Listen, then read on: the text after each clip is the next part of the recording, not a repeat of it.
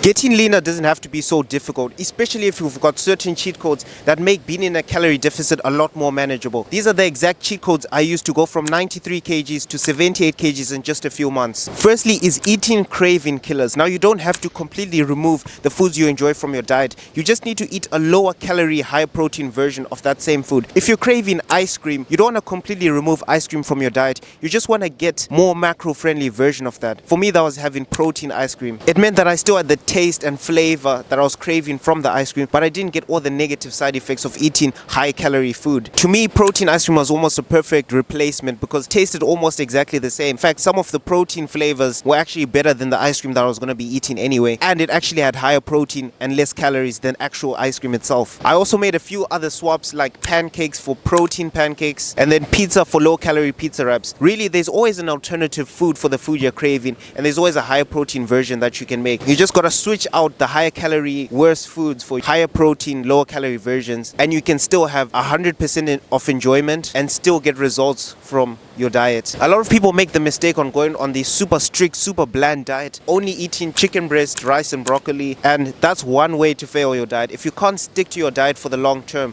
then that's a bad diet because you're not going to be able to stick long enough for you to actually see real results. So instead of cutting out the foods you enjoy completely, just swap out the foods you enjoy for the lower calorie, higher protein alternatives. Now the next thing is adding more volume to my meals. When you add volume to your meals, you get that feeling of being fuller even without eating higher calories. The way I did this was by adding half a plate of vegetables to my dinners. Could either be mixed vegetables, a leafy salad type vegetables, any sort of vegetables, because vegetables are very low in calories. When most of the space in your stomach is being taken out, it makes you feel fuller even if you're on lower calories. When I actually started adding volume to my meals, I was surprised because I was feeling more full than I usually do even before I started the diet, because the amount of volume in my meals just increased so much and the space it was taking in my stomach was just so much. So it didn't even feel like I was dieting. In fact, it felt like I was eating in a calorie surplus even though I was eating lower calorie stuff. It doesn't have to be just vegetables. You can also add egg whites to meals because egg whites are basically just pure protein. So they serve to boost the protein in any meal that you make. Now the next one is to start using caffeine. Caffeine's the best appetite suppressant in the world. In fact, most of the fat burners use caffeine as their main ingredient, and caffeine is the main ingredient that causes that appetite suppression. When you drink caffeine, your hunger isn't as hard.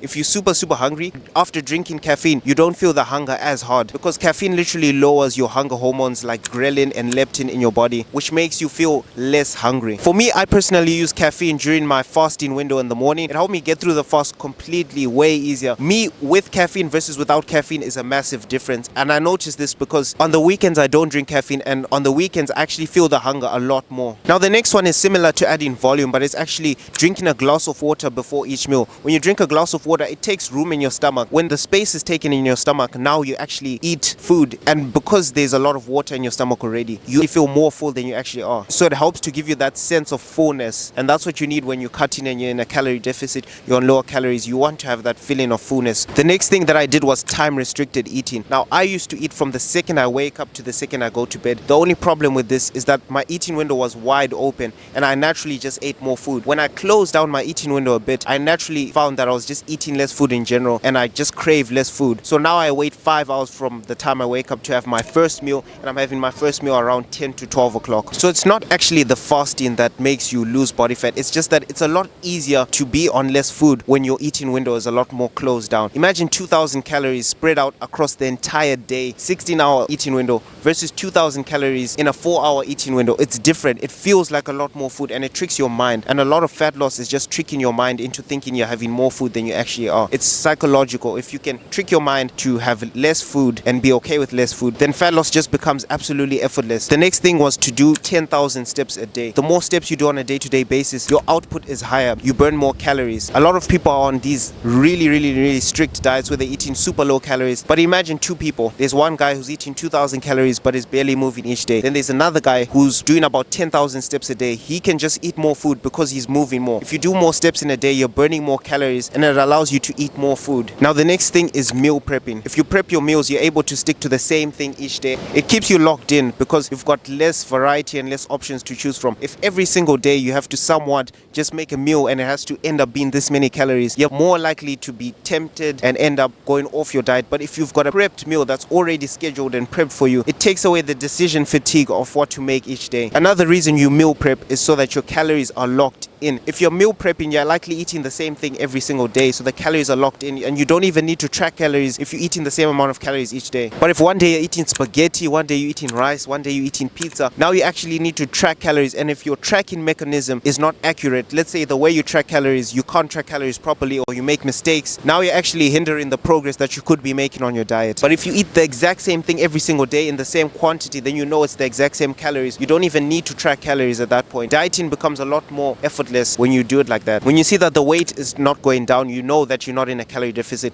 It's a lot easier to lower your calories and be more precise when you're eating the exact same thing every single day. And when you're meal prepping, it just takes decision fatigue out of having to decide what to eat each day. The next thing is just to eat satiating foods. Things like potatoes and oats are really satiating. It gives you that feeling of fullness. When you feel full, you're less likely to eat over your calories